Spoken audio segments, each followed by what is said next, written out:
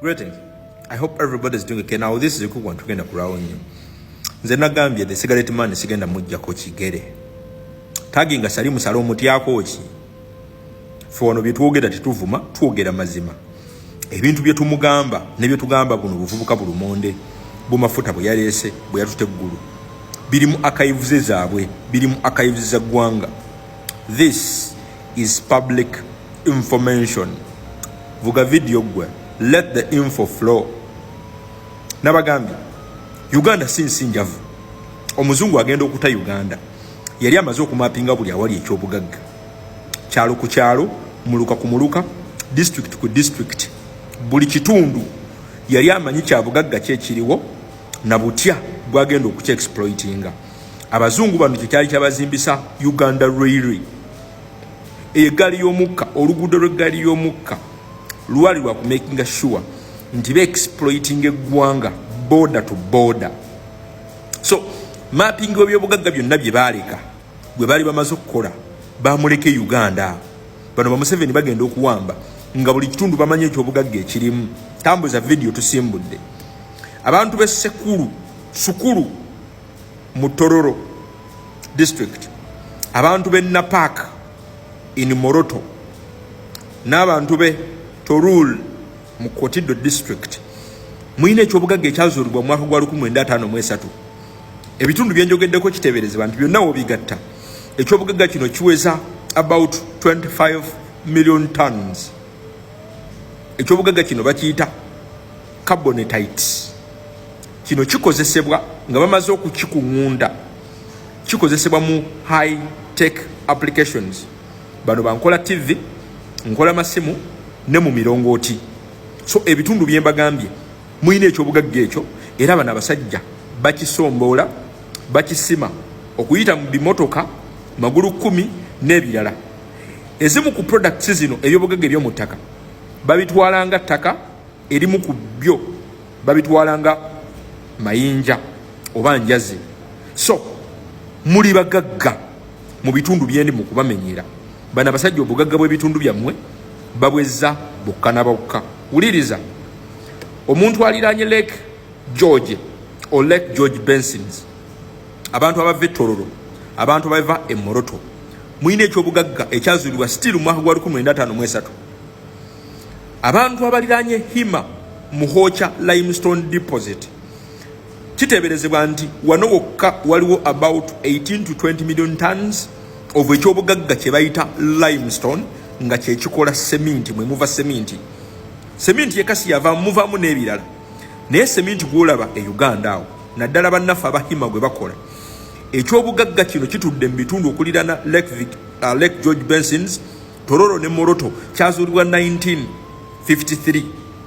Bano abasajja bakye exploiting nga weebuuzeemu kiki ekisezesa seminti e Uganda awo nga raw material yaffe tetujja exportinga kuva mu nsi ndala.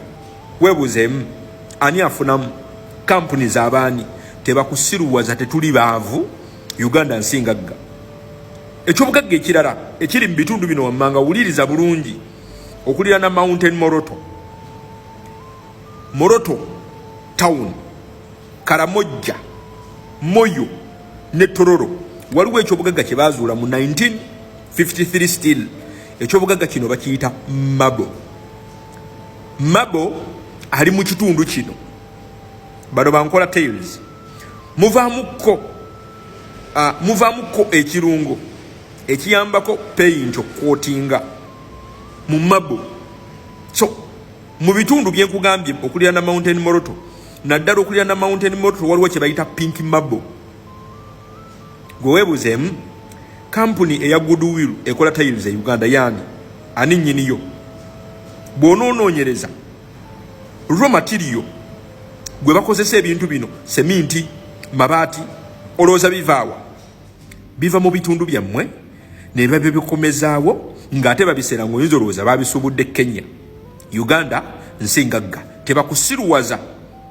Buno buvubuka bulumonde bwewalabye eggulu. Abantu abawangaliire Kampala, Arua, Morulemu mu Abin district, Lunya e Mukono, Omwondurumu mu Lira, abantu abawangaalira e Poimoko, Porabong Achumo, Kukul, Akwanga, Labongudongo, ekyalo bakiyita Labongudongo, Namukola, abantu abawangalira Nam, abantu abawangalira Okora, mu Padel district. Muyina ekyobugagga kye bayita MICA, MICA. Kino kikozesebwa okukola gypsum boards, ebintu ebya plastic items, ne paint, era nakyo kirimu quality esobola okwotingisa paint naddala gwe muyita owa waterproof oba ow'amafuta. Ekyobugagga kino ekya MICA kiri mu bitundu byenkugambye. Ekibuuzo kiri nti kikuyambye kitya okukulaakulana era lwaki bakikweka? Wuliriza bulungi. Abantu bawangalira mu bitundu bya Bukusu, Sukulu, 1995, 1953 bazuula ekyobugagga kye bayita phosphates mu kitundu kyammwe. Kino kikola ebigimusa, fertilizers. Kiyambye kitya ekitundu ekyo? Abantu abawangalira ekitaka, Mbarara, waliwo ekyobugagga kye bayita quartz crystal. Kirungi nnyo mu kukola tiles ez'ebbeeyi. Nagambye Goodwill. Olowooza raw material ekola tiles ezo evaawa? Jeva basasulayo sente mmeka? Tebakusiruwaza tetuli baavu. Wuliriza bulungi. Waliwo ekyobugagga kye bayita kayoline. Kayoline mu Uganda yazuulibwa mu mwaka gwa 1953 still. Ono asobola okukola ceramics. Wuliriza bulungi. Ebitundu bino wammanga, Namasera Rakai, Mutaka, Buwambo, Migadde, Luweero, Gombe Mumpigi district. Muyina ekyobugagga kye bayita kayoline. Kirungi nnyo mu kukola ceramics. Kiyambye kitya eggwanga era kigasse kitya ku bantu b'omu kitundu ekyo? Ekyobugagga kino ani akikuŋŋunta era bw'akikuŋŋunta bannansi abalekera ssente mmeka? Wuliriza bulungi. Abantu b'omu Sukulu ne Bukusu nkomyewo, muyina ekyobugagga kye bayita vermiculite. Kibayambye kitya? Ate ng'olwedde bano abasajja bakisima. Kyazuulibwa 1953, 1953. Abantu b'Ekibuku, Bundibujjo, okulirana Lake Mbulo, Kiruhura district, muyina ekyobugagga ekyazuulibwa mu mwaka gwa 1953. Ekyobugagga kino bakiyita gypsum. Kibayambye kitya mu nkulaakulana y'ewammwe? Wuliriza bulungi. Waliwo ekyobugagga kye bayita Pozolana, POZZOLANA, Pozolana. Wuliriza bulungi. Kiri mu bitundu okulirana Western Rift Valley mu Eastern Uganda, Fort Portal volcanic fields, kiriranye Ndere volcanic fields, kiriranye Bunyarugule volcanic fields mu Bushenyi ne Kabale. Ekyobugagga kino bakikuŋŋunda. Kibayambye ekitokulaakulana. Ekyobugagga ekirala ekiri mu Uganda ng'ate nno kiyitirivu okukamala nga vidiyo eggwa. Ekyobugagga kino bakiyita iron. Iron asinga kubeera mu bitundu by'e Kabale ne Kisoro. Yazuulibwa mu mwaka gwa 1953. Ayambye atya eggwanga? Bano basalimusale information ono ne Museveni bagiyina. Ate bino ebintu babisima ne babikozesa. Bituyambye tukkulaakulana nga tebannakulaga nguudo ze bakuzimbidde mu bitundu bya Northern Uganda ne Western Uganda nga kusinga yitako mmotoka zaabwe ezikutambuza bino ebyamaguzi okubire tubikuŋŋunta mu Kalamojja walinga awali eddungu. Naye abantu beeyo bagagga nnyo batudde ku byobugagga ebiyitirivu. Kyekyasindisaayo Geneti. Obudde buno bagenda okukizuula nga Northern Region kitundu kyonna kitudde ku byobugagga nga waliyo n'amafuta. Tujja mu vidiyo eziddako.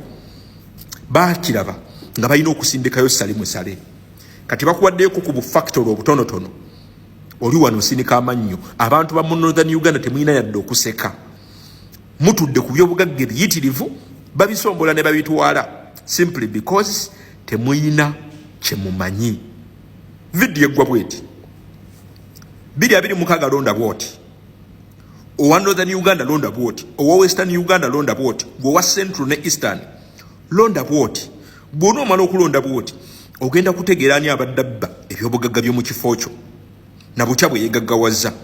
Engeri yokka gy'ogenda okutegeera nti Uganda nsingagga, sooka ogobe buli muntu ajjira mu kintu kino mu kibaasi. Londa bwoti 2026 kuuma akalulu kabanje ojja kakasa nti tuli basajja bagagga nnyo eyo.